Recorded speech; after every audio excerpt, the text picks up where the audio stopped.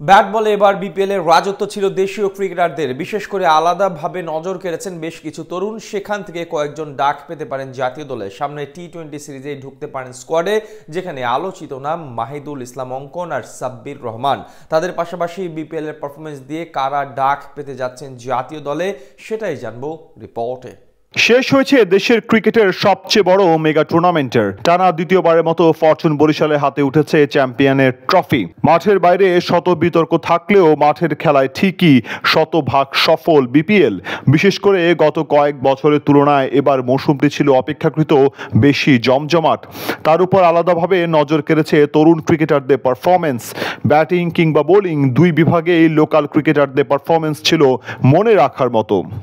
সেখান থেকে এবার বিপিএল এর পারফরমেন্সের উপর ভিত্তি করে ডাক পেতে পারেন কয়েকজন ক্রিকেটার। সদ্য শেষ হওয়া টুর্নামেন্টে সেরা রান সংগ্রহকের শীর্ষ 5 জনে 4 জনই ছিলেন লোকাল ব্যাটার।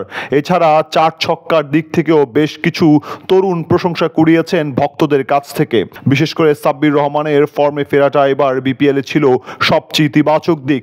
ঢাকা ক্যাপিটালস দলগতভাবে ব্যর্থ হলেও ব্যাট হাতে সাব্বির ছিলেন সবার চেয়ে আলাদা। টুর্নামেন্টে 9 ইনিংসে প্রায় 35 গড় ও 160 স্ট্রাইক রেটে করেছেন 189 রান। এছাড়া 18টি ছক্কা এসেছে তার ব্যাট থেকে। সেখান থেকেই বলা চলে আবারও জাতীয় দলে ঢোকার দ্বার প্রান্তে এই হার্ড হিটার ব্যাটসম্যান। তবে এবার বিপিএল এর সবচেয়ে বড় আবিষ্কার ছিল মাহিদুল ইসলাম অঙ্কন। এই সিজনে 12 ইনিংসে 316 রান করেছেন খুলনার উইকেট কিপার ব্যাটার।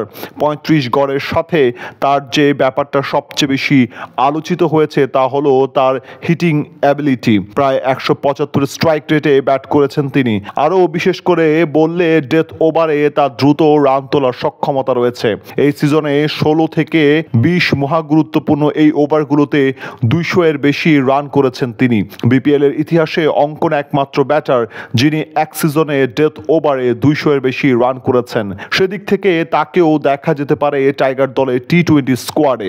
আলোচনায় আছেন আলিস আল ইসলাম। চিটাগং কিংসকে ফাইনালে খেলানোর নায়ক, পুরো টুর্নামেন্ট জুড়েই ভূমিকা রেখেছেন দলের জয়ে। এই আসরে 15 উইকেট নেওয়া আলিস নজর কেড়েছেন তার ইকোনমিক্যাল বোলিংয়ের জন্য।